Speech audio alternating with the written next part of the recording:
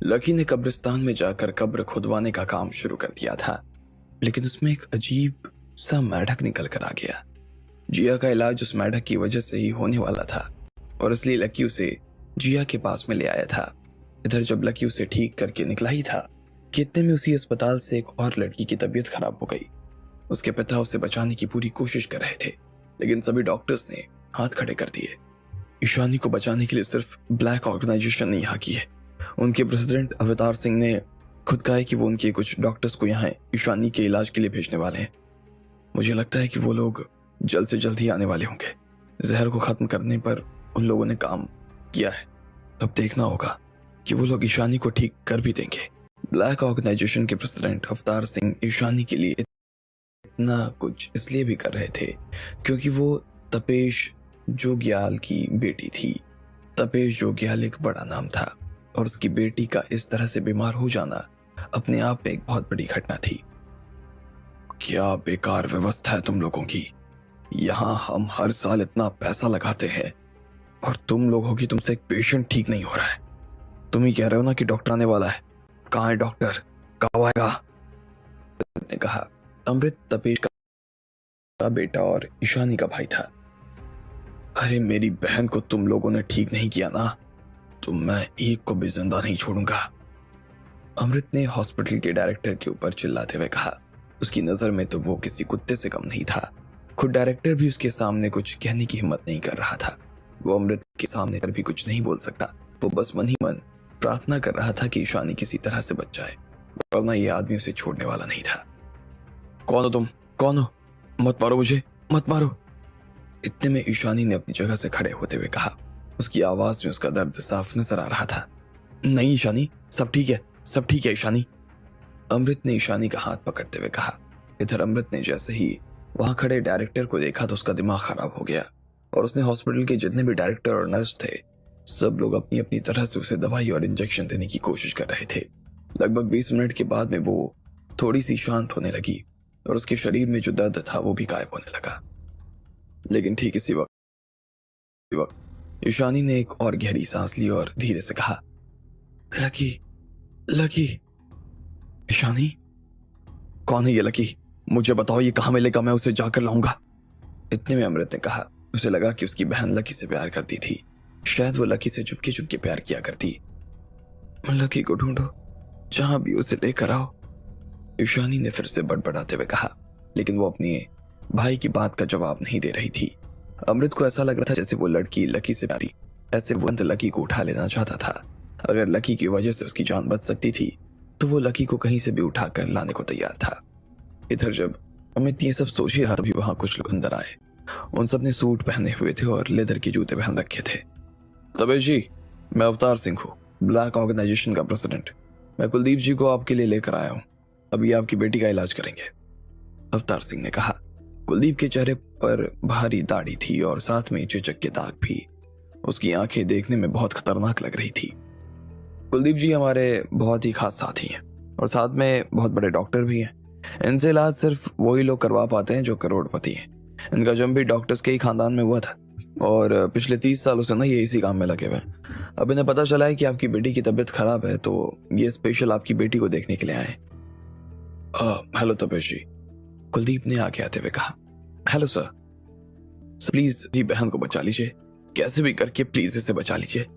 इतने में अमृत उनके पास आया और खड़ा होकर बोला, अरे आप चिंता मत कीजिए, मैं आपकी बहन को बचाने की पूरी कोशिश करूंगा। कुलदीप ने मुस्कुराते हुए कहा।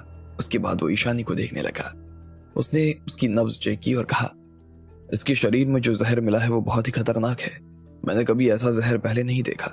मुझे नहीं लगता कि कोई डॉक्टर इसे बचा पाएगा। और अब तो ये जहर उसके शरीर के अंदर घुलने भी लगा है। भले ही दिल को चालू रखने के लिए डॉक्टर्स ने कुछ दवाई दे दी है, लेकिन फिर भी बाकी ऑर्गन्स के ऊपर इसका असर आने लगा है। मुझे कहते हुए बुरा लग रहा है, लेकिन आपका पेशेंट अब मौत के काफी करीब है। अरे आप क्या कह रहे हैं सर? ऐसा मत कहिए। आपने तो अभी कहा था कि आप मेरी बहन को बचा सकते हैं। अब आप कह रहे हैं कि ये मौत के काफी करीब है। क्या आप मेरी बहन को बचा नहीं सकते हैं? कुलदीप ने उसके सवाल का कोई जवाब नहीं दिया, लेकिन उसका चेहरा उतरा हुआ सारी कहानी बता रहा था। मैं बचा सकता हूँ, लेकिन मुझे इस बात का डर है कि इसकी जान बचाने के बाद मेरी जान चली जाएगी।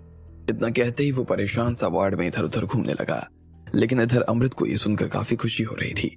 भले ही कुलदीप की जान चली जाती, इस बात से उसे कोई फर्क नहीं पड़ने वाला था, लेकिन उसकी बहन बच जाती, ये उसके लिए बड़ी बात थी। सर, आपकी जो भी डिमांड होगी मैं उसे पूरा करने के लिए तैयार हूँ। आप जो कहेंगे मैं वो करने के लिए तैयार हूँ। आप जो बोलेंगे मैं वो देने के लिए तैयार हूँ। बस आप मेरी बहन को बचा लीजिए। हाँ कुलदीप जी, आपकी जो डिमांड होगी तपेश जी उसे पूरा कर देंगे।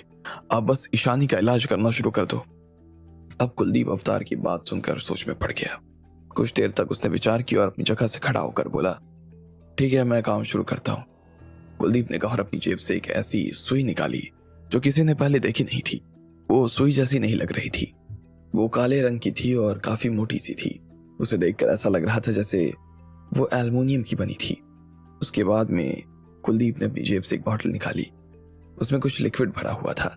कुलदीप ने उसे इंजेक्शन में भरा और सीधा ईशानी के शरीर में लगा दिया। 2 मिनट के अंदर ही ईशानी की सारी सूजन उतर गई और देखते ही देखते उसका सारा शरीर जैसे नॉर्मल हो गया। उसने अपने आंखें खोली और बड़ी बड़ी आंखों से सब लोगों को देखने लगी। उसका दर्द अब बहुत कम हो गया था। उसको इस तरह से देखते ही तुरंत अवतार सिंह ने डॉक्टर्स को बुलाया और फिर ईशानी की जांच के लिए आदेश दे दिया। बता रही थी कि ईशानी नॉर्मल थी, कोई छोटे मोटे साइड इफेक्ट्स थे, लेकिन उससे इतना ज्यादा फर्क नहीं पड़ने वाला था कि किसी को किसी तरह की कोई चिंता करनी पड़े। वो खाने पीने से इस चीज को ठीक कर सकते थे। ये जो उन लोगों के सामने हो रहा था ये अपने आप में जादू से कम नहीं था। क्या बात है सर, क्या बात है, thank you so much sir, thank you so much. इतने में कुलदीप को अमृत ने गले लगाते हुए कहा और आगे बोला, बताओ अब मैं तुम्हारे लिए क्या कर सकता हूँ, क्या चाहिए बताओ मुझको तुम। हाँ, मुझे कुछ नहीं चाहिए, कुलदीप ने कहा और फिर एक कुटिल मुस्कान के साथ में बोला, मुझे तो बस तपेश जी से ये उम्मीद है कि वो मुझे एक मेडिकल क्वालिफिकेशन सर्टिफिकेट दे दें। मैं पटना में अपना एक अस्पताल शुरू करने वाला हूँ। वहां खड़े हुए किसी भी आदमी को कुलदीप की इस बात पर विश्वास नहीं हो रहा था। उसने इतना बड़ा काम किया था और बदले में सिर्फ एक छोटा सा मेडिकल सर्टिफिकेट मांग रहा था, जबकि अभी तो वो कह रहा था कि ये काम करने में उसकी जान भी जा सकती थी। कुलदीप इतना बेवकूफ कैसे हो सकता था? लेकिन कुलदीप जी, यहाँ पर अपना हॉस्पिटल खोलना इतना आसान काम नहीं है, इतने में अमृत ने कहा। उसे लग रहा था कि शायद कुलदीप इसके पीछे कोई बड़ा खेल खेलने वाला था।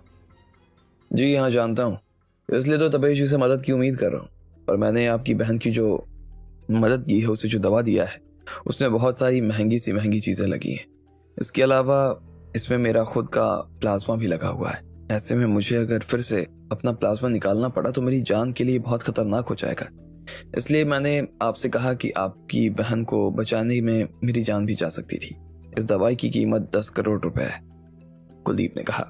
बाकी सब लोग उसकी बात सुनकर हैरान हो गए। उन्हें विश्वास नहीं हो रहा था कि ऐसा कुछ हो सकता था। मेरी जिंदगी में मेरे पास सिर्फ 2 ही मौके थे जब मैं किसी को अपना प्लाज्मा दे सकता था। उसमें से एक बार मैंने अपनी बहन को दे दिया था और अब ये। अब आप बताओ, मैंने अपनी जान का रिस्क नहीं लिया क्या? कुलदीप ने कहा। मन ही मन सभी उसकी इस बात से राजी हो गए। वो जो भी कह रहा था सच कह रहा था, उसमें कुछ गलत नहीं था। ठीक है, मैं आपको सर्टिफिकेट दिलवाने की पूरी कोशिश करूंगा, चाहे इसके लिए मुझे खुद ही क्यों ना आना पड़े। इतने में तपेश ने कहा। अब जब उसकी बेटी को बचाने के लिए उसने इतना कुछ कह दिया था तो वो उसे इतनी आसानी से मना नहीं कर सकता था। अमृत भी अपने पिता की बात से सहमत हो गया। फिर उसने देखा कि ईशानी शांत हो गई थी और सो रही थी। अब अमृत के चेहरे पर उसे इस हाल में देखकर मुस्कान आ गई। तभी ईशानी ने फिर से कहा, लकी, लकी। वो बहुत ही प्यार से लकी का नाम अपनी जुबान पे ले रही थी। उसकी आवाज में ऐसा लग रहा था जैसे वो सच में लकी से बहुत प्यार करती थी। ईशानी, कौन है ये लकी और कहाँ है? तुमने मुझे इससे आज तक क्यों नहीं मिलाया? तुम यहाँ इतना परेशान हो रही हो और वो आदमी एक बार भी तुम्हें देखने को नहीं आया। कोई इतना इनसेंसिटिव कैसे हो सकता है? जिस दिन भी मुझे ये लकी नाम का आदमी मिलेगा ना, उस दिन मैं उसे पूरी कीमत वसूल करूंगा। अमृत का दिमाग खराब हो रहा था। मैं तुमसे बहुत प्यार की, मैं सच में तुमसे बहुत प्यार करती हूँ। ईशानी अभी भी नींद में बड़बड़ा रही थी। उसकी आवाज में सच में लकी के लिए काफी प्यार नजर आ रहा था और उसके चेहरे पर एक बड़ी सी मुस्कान भी नजर आ रही थी। बस करो, कितनी बार और उसका नाम लोगी और कब तक? ईशानी ने कहा। उसे लकी के नाम से अब जलन होने लगी। उसे लग रहा था कि उसकी बहन बहुत ही सीधी थी और इस लकी नाम के आदमी ने उसके साथ में धोखा किया था। वो उसे बेवकूफ बनाने की कोशिश कर रहा था। मुझे माफ कर देना। इतने में अमृत ने पीछे खड़े लोगों की तरफ देखते हुए कहा, लकी। इतने में अवतार ने उसका नाम लिया और उसकी भौहें थम गई। मुझे नहीं लगा था कि आपकी बहन लकी को इतना पसंद करती है। मुझे लगता है कि वो लकी को कुछ ज्यादा ही पसंद है। पता नहीं उस लड़के में ऐसा क्या है जो वो नींद में भी इसका पीछा नहीं छोड़ रहा है। अवतार ने कहा। उसे खुद भी लकी से इस बात पर नफरत हो रही। क्या आप जानते हैं ये लकी कौन है? अमृत ने पूछा। अवतार ने ड्रीम 11 पे करोड़ों का मेगा कॉन्टेस्ट, तो चिल करना बंद। जवाब नहीं दिया।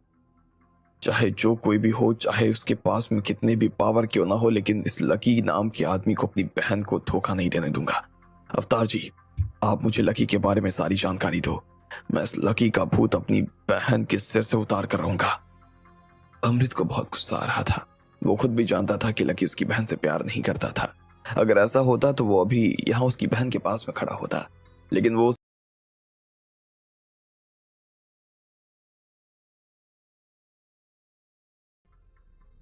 लकी मार्शल आर्ट एक्सपर्ट है। वो मेरे क्रूज से 70 करोड़ रुपए लेकर गया था। उसने साथ में हमारे क्रूज के ऊपर बेईमानी करने का इल्जाम लगाया। लकी की वजह से हमारा गैम्बलिंग का पूरा धंधा चौपट हो गया। लोगों ने हमारे यहाँ आना ही बंद कर दिया। मुझे अगर वो कहीं मिल गया ना तो मैं उसके टुकड़े टुकड़े कर दूंगा। अवतार सिंह ने कहा। अब आगे क्या होने वाला था? क्या सच में वो लकी से निपट पाते? और कौन थी ये ईशानी? आपको क्या लगता है, क्या होंगे इन सभी सवालों के जवाब? कमेंट बॉक्स में कमेंट करके हमें जरूर बताएं। और सभी सवालों के जवाब को जानने के लिए सुनते रहिए इंस्टा मिलियनेयर सिर्फ पॉकेट एफएम पर।